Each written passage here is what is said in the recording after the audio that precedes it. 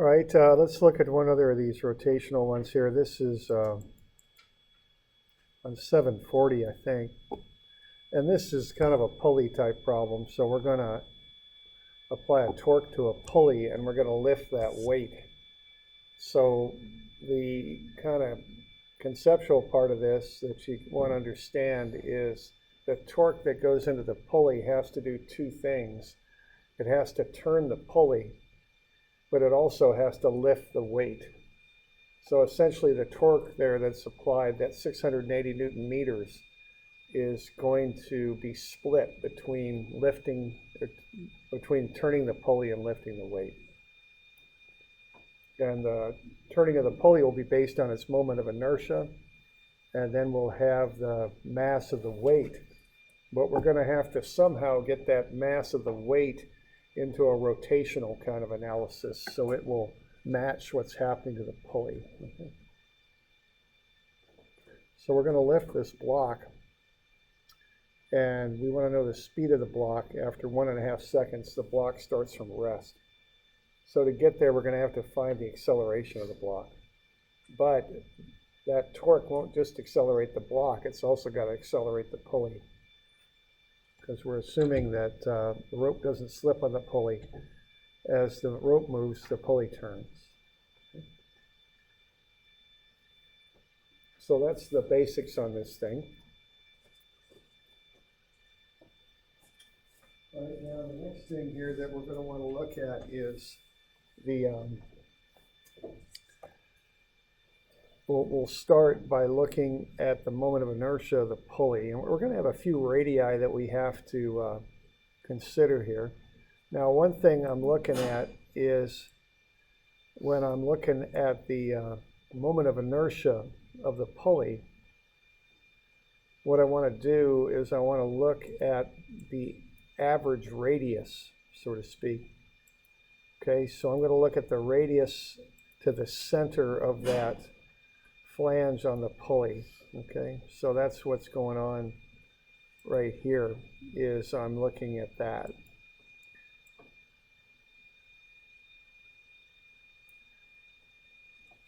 So I'm going to use the radius for calculating moment of inertia of that part of the pulley as 1/2 0.5 plus 0.6 over 2. Right? So that's 0.275 meters. So I'm going to use on the back of your formula sheet, the thin ring analysis. And I'm going to use for the radius of the ring, that distance to the center of that ring on the pulley. Okay? So the pulley's made up of a ring and a plate, is how I'm going to, or a thin disc and a ring. That's how I'm going to look at that. Okay?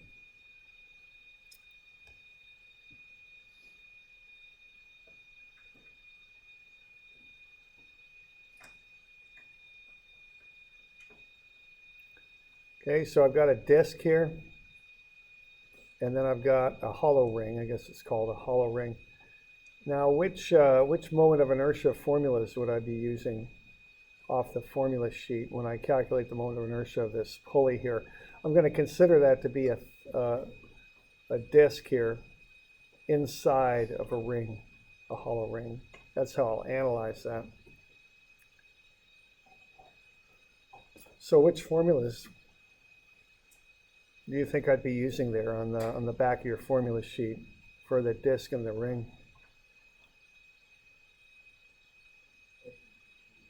Yeah, it's the Z formulas, right? Okay. So it's 1/2 mr squared and mr squared. See, the Z there is normal to the flat surface of the disc, and it's coming out of the hollow circle on the ring, all right? And if you look at this, if you look at the axis of rotation here, it's like that. You know, that's coming out of the page. That's kind of an attempt at a 3D axis there. So that is perpendicular to the, or normal, I should say, to the flat surface of the disc and coming out of the hollow ring. So that's how I have that.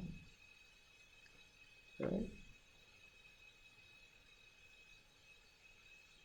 So I just go through the moment of inertia stuff here.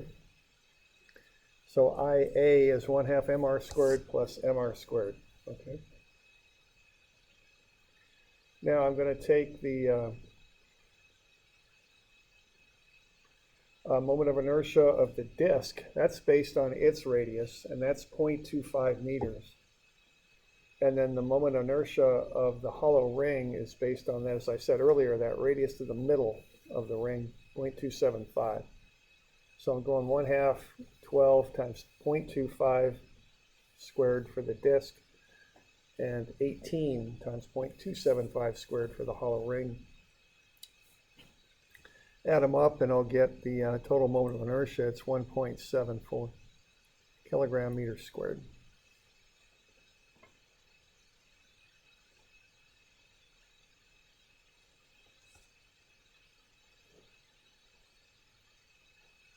Okay. And then also I'd like the weight of the pulley and the weight of the block. Pulley has a total mass of 30 kilograms, so the weight of the pulley is 294.3 newtons. That's 30 times gravity. And then the weight of the block's 210, so multiply that by gravity, you get 2060.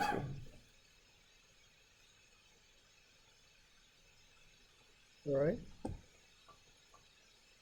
So there you go. There's kind of the basic information. So I sub A for the pulley is 1.74.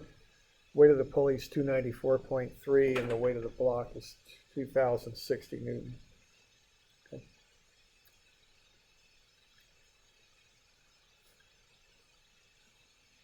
And then the other little thing I've got going on here is the rope doesn't slip on the pulley. So as the rope moves up and down, the pulley will turn. So the acceleration of the rope is R times alpha. That's the assumption I'd make with no slipping. Okay, so alpha is A over R. And that's an important little relationship there, because what I want to do, I want to relate the movement of the pulley up to the turning of the, the movement of the block up to the turning of the pulley. Okay. I'm going to want to relate those two things together.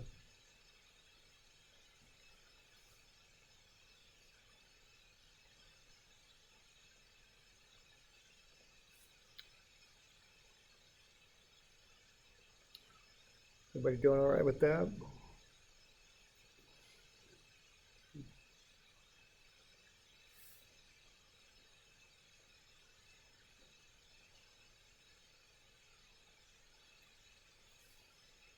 Okay, so I've just got a lot of background work here.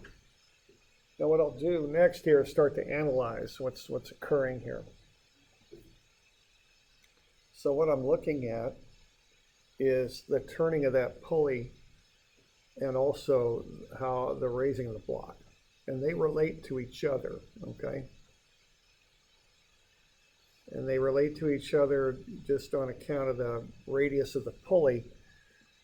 And they also, the sum of those, kind of that torque that goes into doing both those things will add up to be 680. So that's kind of what I'm going to look at on this thing, okay?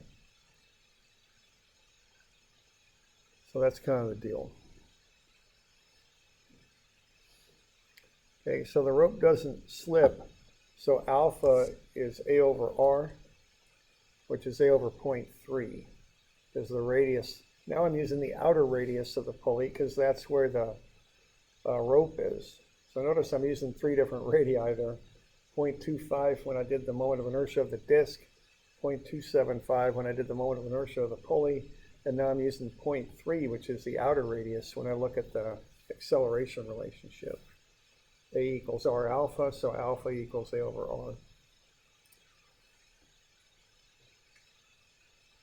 So why don't you draw a couple of free body diagrams there, one of the pulley and one of the block.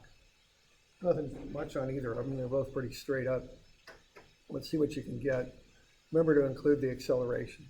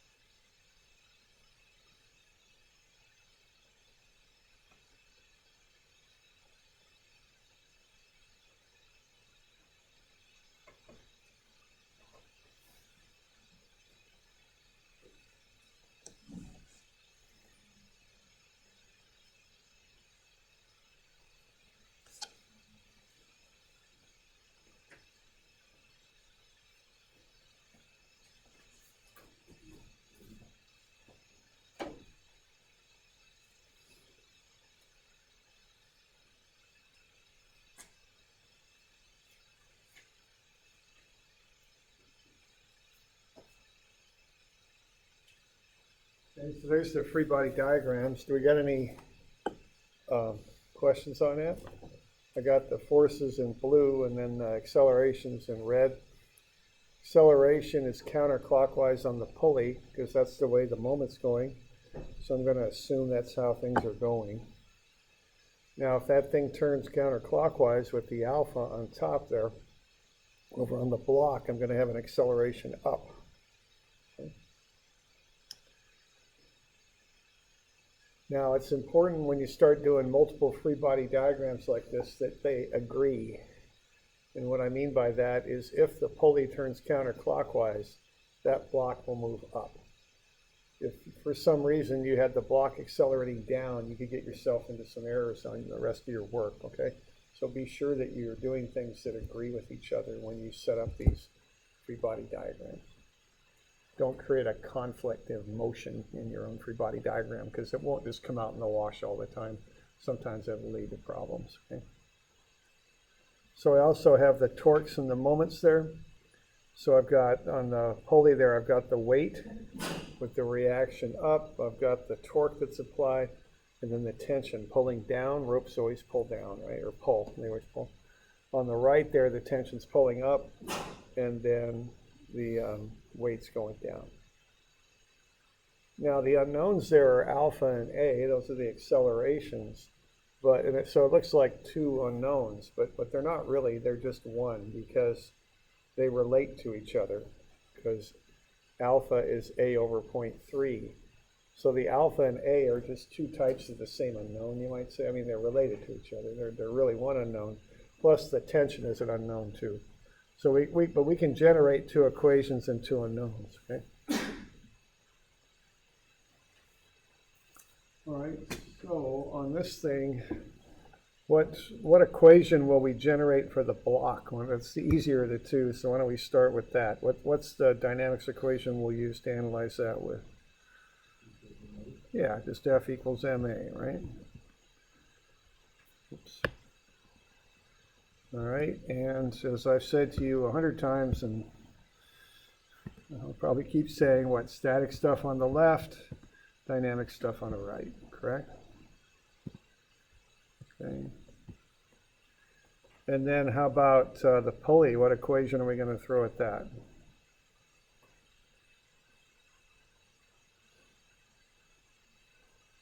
What's the rotational equivalent of F equals ma? Yeah. M equals I alpha, right, okay? And we'll go about point A there. Remember, when you're doing moments, they have to be about a particular point. So summa ma equals I alpha. So those are the two things we're going to do. So why don't you write up those equations, one for the pulley and the other for the weight.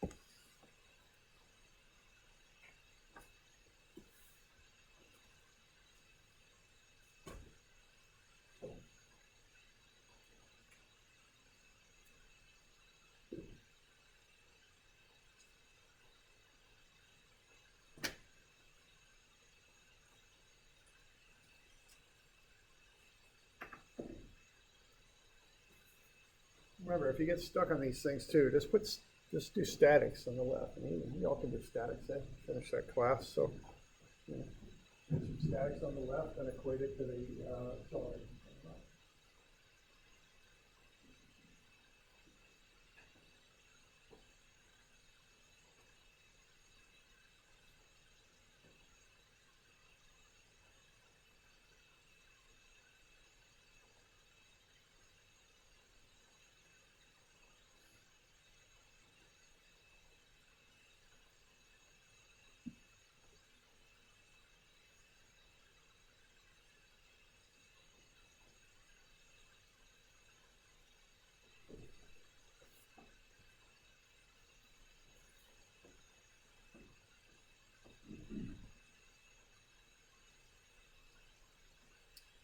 And then, of course, when you write those things up, instead of alpha, use a over 0.3, because that'll get you two matching unknowns, a on both equations and t in both equations.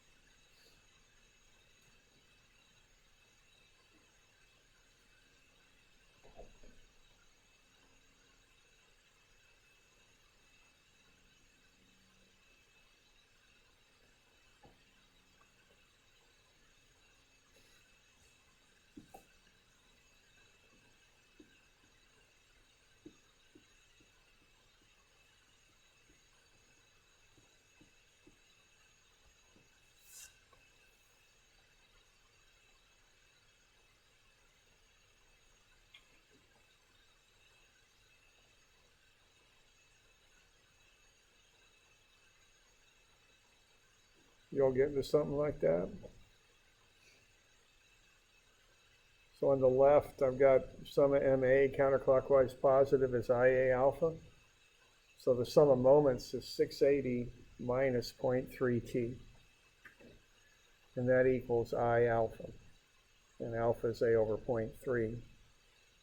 So I can work that down and solve for the tension.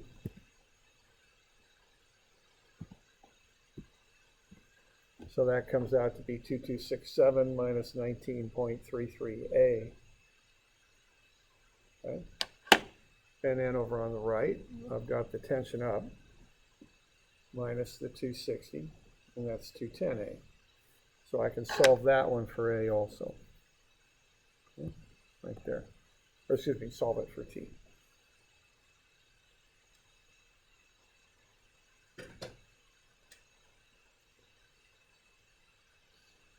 Any questions on those equations there, the two of them?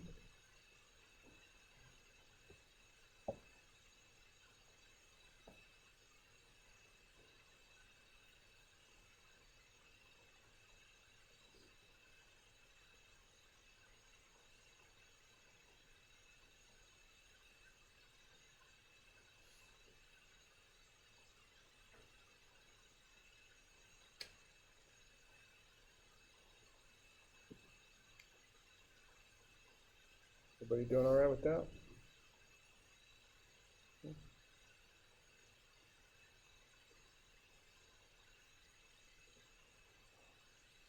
So we got them both solved for t, and I said that on purpose because what I want to know is the acceleration. So if I solve them both for t, I can equate them together is the idea and solve for a. So I got in both cases, I got t as a function of a, so that'll be 2267 minus 19.33a is equal to 210a plus 2060.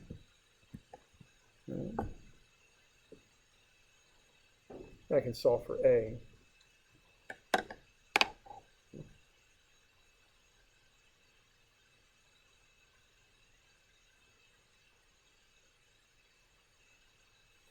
So a is 0.901 meters per second squared. So that's the acceleration of that block now. Okay.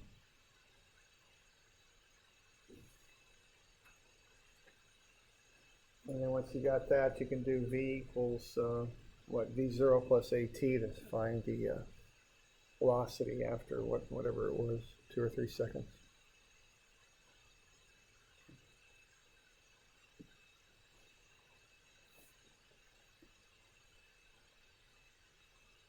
So we're good with that? We got any questions?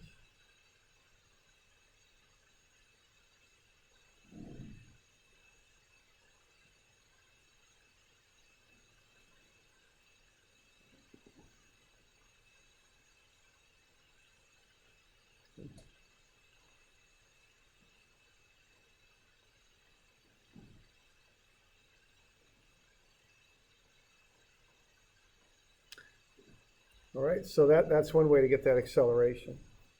And that's probably, for me anyway, it's the easiest to understand and kind of, to get when I look at it. I'm just doing two separate equations. The pulley I'm using the moments equation on, and the block I'm using F equals ma on. And it's pretty straight up. But there's another way to do it that's a little quicker. Okay. And I think actually we touched on this earlier in the term when we were dealing with acceleration. Okay. And what you can do, instead of breaking this into two equations, you can just do it in one. It's a little bit trickier with this stuff because we've got different types of motion to consider, but we can do it. Okay, so method number 2 here is we can treat the system as one object. Now what we would do if we were to use this approach here is we would write up kind of a hybrid equation. We're going to use this thing, this inertial moments equation. Okay, so sum of MA is I sub A alpha, which is also kind of I sub G alpha. It's the center of gravity of the pulley anyway. Plus MAY X bar plus MAX Y bar. So what we're doing here, we're going to use this equation to relate everything to the rotation about A. That's what we're going to do. All right. So on the left, we're going to get the net torque about A. So the torque that's applied to the pulley is 680, and it's counterclockwise, so it's positive. And then the weight is 2060 times a 0.3 meter moment arm. That's clockwise, so it's negative. So we're going to get 680 minus 618 on the left, and that comes out to be 62.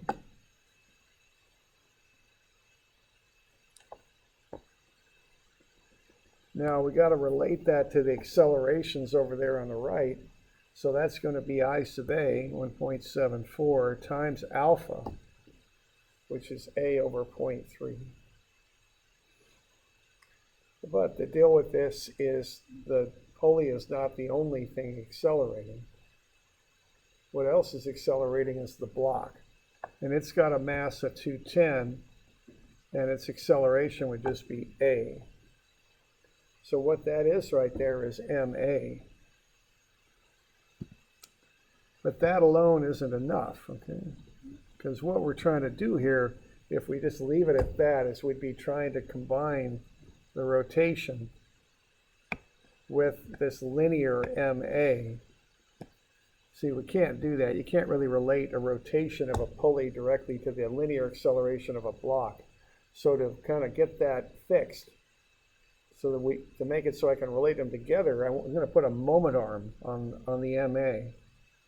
And that's X bar. That's the distance from A to where that rope's attached, and the pulley hangs down, and that's 0.3 meters, okay?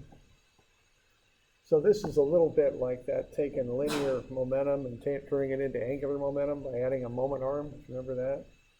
We're doing the same sort of thing here. We have to do that because we can't just take a linear acceleration and relate that to an alpha. You know, you're defying the laws of physics there. You can't really do that. So what you got to do there is add the moment arm to the linear acceleration. That way it becomes more of a moment, okay? And you can relate it more to alpha then. Okay? That's the idea. All right, so we got an IA alpha, we've got a MAY X bar. We don't have an MAX Y bar, there's no X acceleration. So we can throw all that in there now. So we get 5.8A plus 63A, so that's 68.8A. And once again, we get A is 0.901. So you could do this either way, whichever way you're more comfortable with, you could use. The first method, I think, is a little bit more intuitive and looking at it and understanding it. Second method's a little bit easier with the calculations because you just got one equation with one unknown. Basically, you've eliminated T from this equation.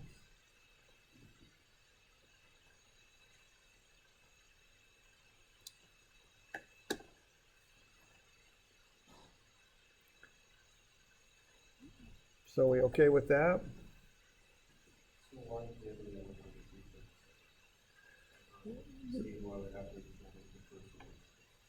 Okay, the reasons, so the question is why can we eliminate T from the second one, but not from the first. The reason is the approach you're taking and the free body diagrams that result. Okay, on the first one, what we're doing is we're looking at that system as two separate objects, a pulley and a weight. Okay, so if you're going to do that, what you're doing essentially is you're making one free body diagram, the pulley, and the other, the weight. So to do that, you have to cut through the cable, and it becomes unknown. And I'll go ahead and finish because there's people online and all that. But, okay, so that's why we have to consider tension, because we're cutting through the cable. Whereas here, the free body diagram in method number 2 is the one single system. It's everything. So you always think of drawing that boundary around the system, and there it is. So you're not cutting through the cable, so it's an internal force.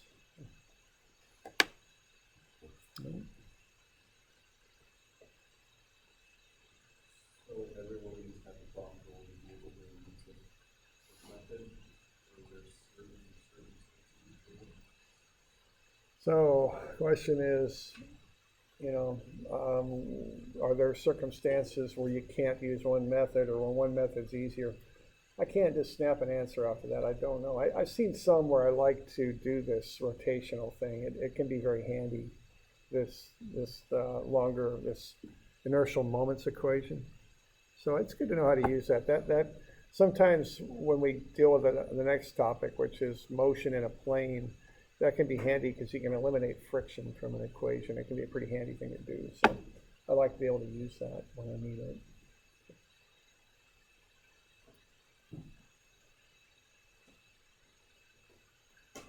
Other questions?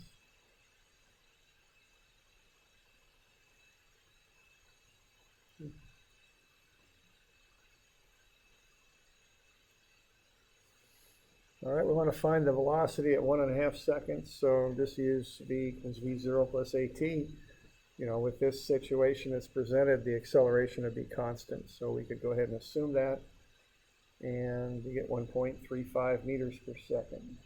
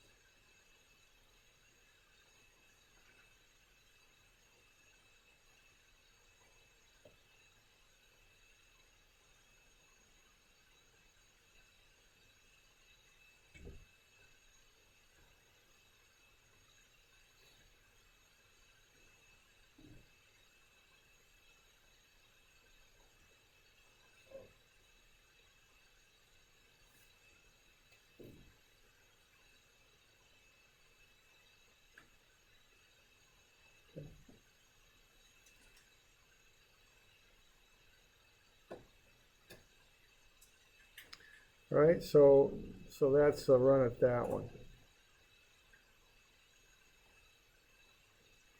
Any questions on that?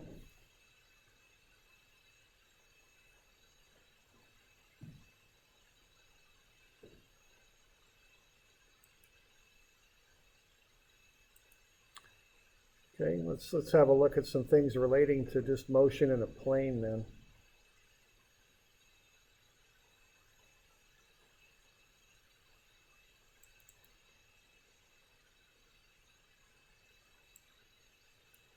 So this is just kinetics, plane motion. We'll go back to 670 here a little bit and just look at that thing again.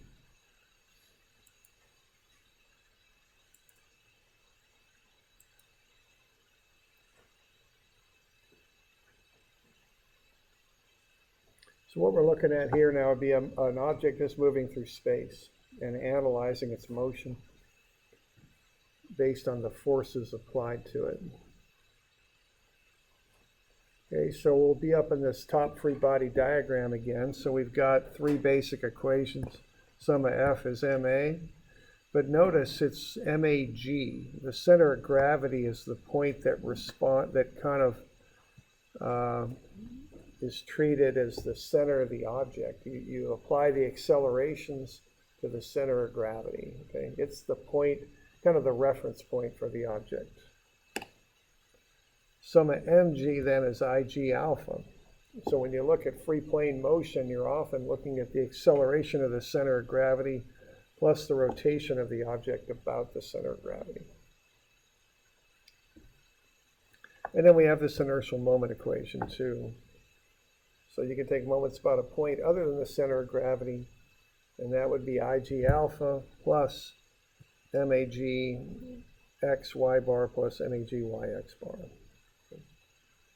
So that's basically the stuff we use to analyze this.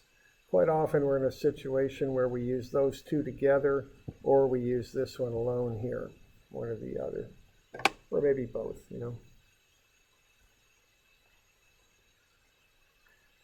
Okay, and just as an example of that, there's that, we looked at this earlier, but this is a couple students' physics poster for this year. They put LED lights on an axe, one on the center of gravity, one on the end of the axe handle, and the other on the axe head, and then through the axe. Okay? And what you get is the axe rotating about its center of gravity as the center of gravity moves through space. Okay? So the center of gravity is kind of the reference point. It's the point that follows that nice even track through space, like that. And the head of the axe is so close to the center of gravity, you don't really notice its motion so much. But you can see the motion of the handle as it rotates around that center of gravity. Okay.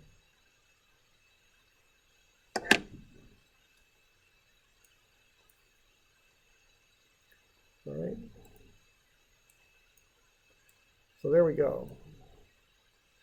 Now we're going to get into wheels here a little bit. So we want to understand wheels and how they act. So let's have a look at a couple different cases of wheels. The first thing is a wheel that rolls without slipping. And we already talked about this a bit. The main idea on this is that as the wheel rolls, the bicycle or the vehicle, whatever's attached to it, moves. So there's a direct relationship between the spinning of the wheel and the motion, the linear motion of the bicycle. And what relates them together is the radius of the wheel. So as long as that wheel doesn't slip in any fashion, for every, let's say, 2 feet around the circumference of the wheel turns, the bike will move 2 feet. Okay? That's basically it. Now, what you can get out of that are two facts then, okay? You can relate the motion of either you could talk about two things. One would be the bicycle as a whole, the other would be the center of the wheel, whatever you want to look at. The velocity of that is equal to omega times the r of the wheel, and the acceleration is equal to alpha times the radius of the wheel, okay? So that gets you a nice way of relating those two things together. However, there's one thing you're probably quite used to using that you can't use in this case. And the thing you can't assume now is that the force of friction is equal to mu Fn. Okay, you can't use that. And the reason is you can't be sure that you've overcome friction. Remember that this relationship gets you the maximum possible friction. Okay, that's what this relationship does. This occurs if you take a box and try and push it across the floor. Because to do that, you have to overcome friction. Okay? But a rolling wheel is different. Okay? You can make a wheel roll before you overcome friction. Okay? So if you assume no slipping, you can't assume that you've driven friction to its maximum. Okay? Which is what that equation expresses. Now this is the normal condition for a wheel. So when you're analyzing wheels, you can use these, but don't use the one on the left. Now there are cases when wheels slip. They can slip on the ice and spin out, or they can skid. Okay. So when they're on the ice, the wheel turns faster than the car moves. When you're skidding, your wheel may not turn at all, but the car moves. they're slightly different, but they're both a slipping wheel.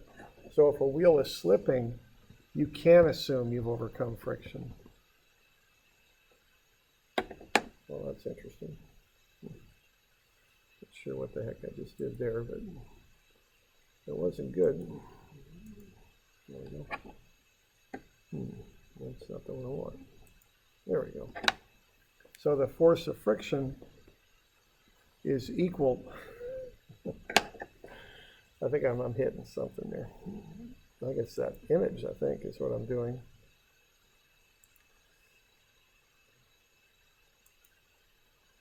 Try this one more time. So the force of friction is now equal. I really should never have been a surgeon. I knew that with my hand coordination here. It doesn't work well. Got all sorts of things up here. All right, I'm going to be very careful this time. So the force of friction now is equal to okay, I think I've got a solution to this. So if the wheel's slipping, the first thing you do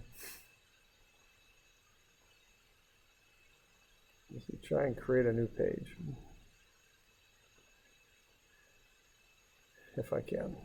Is it under document? Insert a document, crop, add margins, remove all annotations, melt annotations. Oh, come on now, there's the new page. Select insert page. There we go. I bet that'll get me away from them images. So if the wheels are slipping, the force of friction is now equal to mu Fn because you're overcoming friction to make them slip. However, now you can't assume that A is equal to alpha R because there isn't a direct relationship between the spinning of the wheel and how fast the vehicle moves because the wheel's slipping. So you have to keep track of this, slipping or no slipping.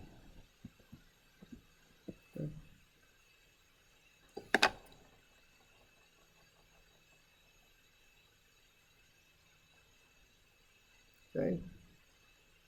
Now the other thing we want to look at is what type of wheel we've got. Okay, a drive wheel, and this isn't official terminology, this is just something I've noticed and seems to come up for people. So a drive wheel is powered by a motor of some type. Somehow you're applying a torque or a moment about the axle. Usually it's a motor. In this case, a person turns the pedals and creates a torque around the axle.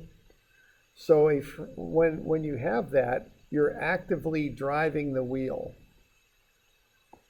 You're trying to spin the wheel.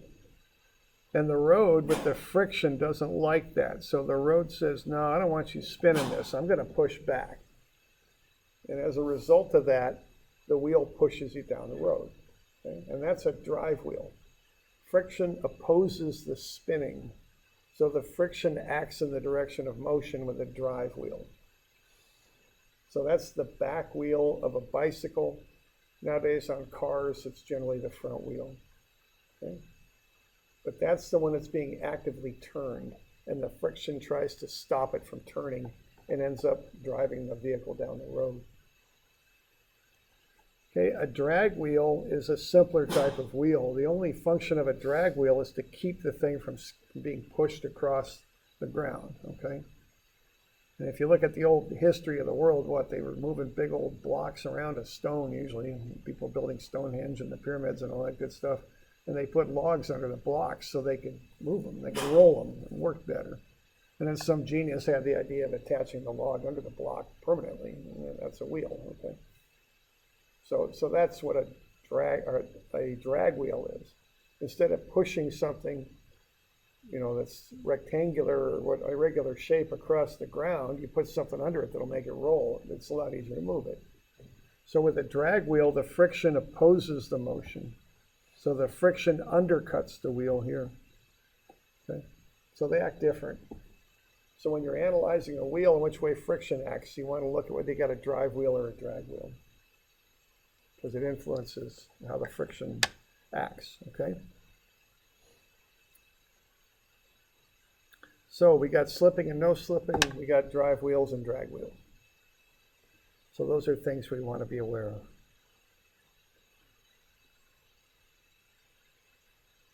All right. Why don't we take a break here for a couple minutes?